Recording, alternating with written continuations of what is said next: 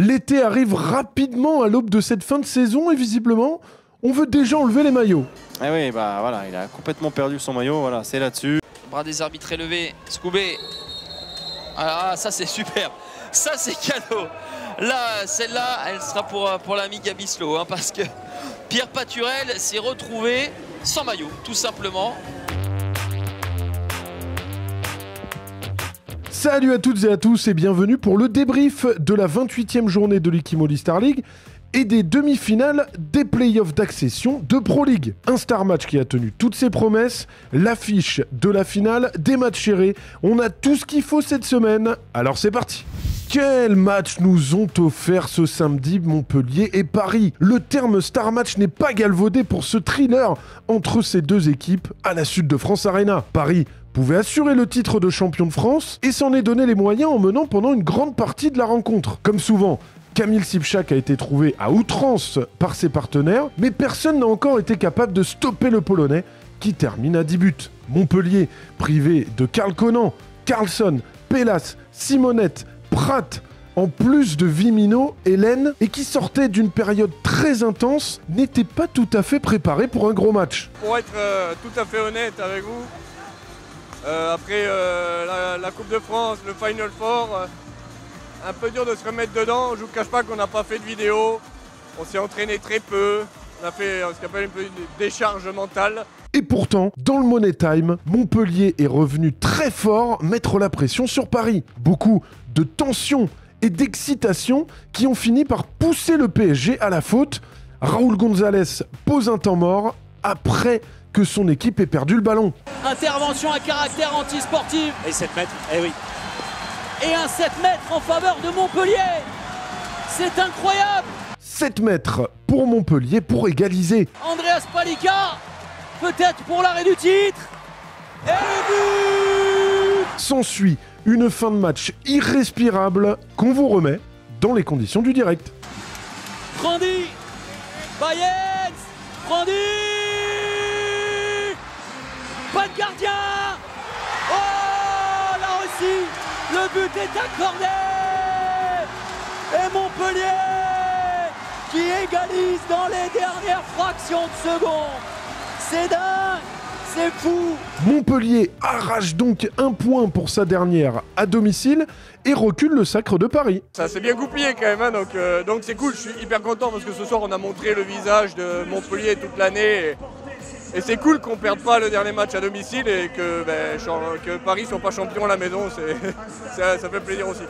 Dans la lutte pour les places européennes, Toulouse recevait Limoges pour garder sa 4e place et écarter définitivement le LH de cette course. Mais les Limougeaux ont été devant et assez confortablement en seconde période avec un duo Turchenko-Eldera à 15 buts à eux deux. Tout semblait sous contrôle, mais le Phénix porte plus que jamais bien son nom. Les Toulousains n'ont rien lâché et sont revenus en terminant le match en boulet de canon sur un 8-1 sous l'impulsion de leur capitaine Nemanja Ilić et ses 14 buts.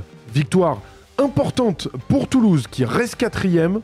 Même Gabi Niembo ne sait pas où ils vont chercher tout ça. Je vais pas vous mentir, il y a des moments où j'ai douté. Ouais. Je me suis dit que ça allait être compliqué ce soir, mais en fait, cette équipe est incroyable et je ne sais quelles ressources on est allé chercher pour revenir petit à petit. Saint-Raph est dans la course derrière Toulouse et se déplacer à Chartres avec comme unique objectif la victoire. Mais les Varois se sont heurtés à un Milan Bomashtar en feu avec 10 arrêts dans le premier acte. Mais les coéquipiers de Raphaël Cocheteux, 7 buts dans le match, ont fini par faire la différence en fin de rencontre, non sans se faire peur quand même. 27-25, score final pour Saint-Raph, qui tient son rang. Le 3e larron de cette bataille, Nîmes était en déplacement à Aix, très en forme ces dernières semaines. Quel bras de fer entre ces deux équipes, un gros départ déjà des Aixois qui ont fait l'écart emmené comme toujours par un Jože Baznik exceptionnel à 14 arrêts à 41%, capable d'enchaîner 3 arrêts de suite. Et ce ballon il est récupéré par les Nîmois, il est joué rapidement. Oh,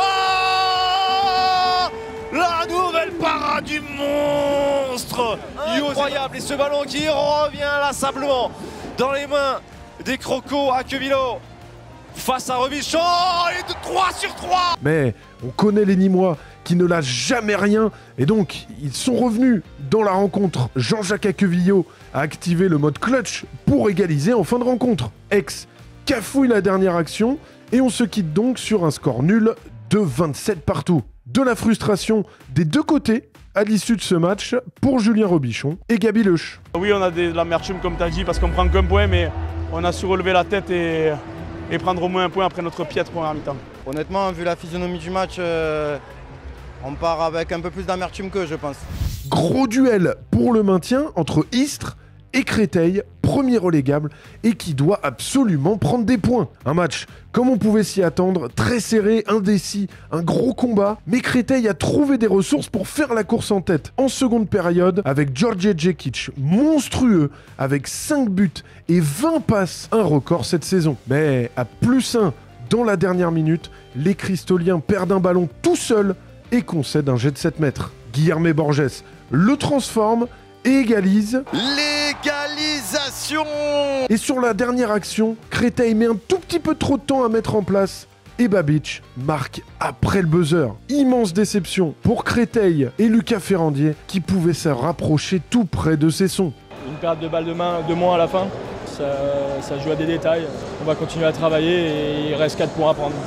Cesson justement qui a été largement battu par des Nantais bien décidés à ne pas laisser leur deuxième place. Le H a pu compter sur un immense Ivan Pešić et ses 18 arrêts, tandis que Nicolas Tourna a effectué un gros travail de démolition avec 10 buts. Score final 33-22, Cesson n'est pas encore tiré d'affaire.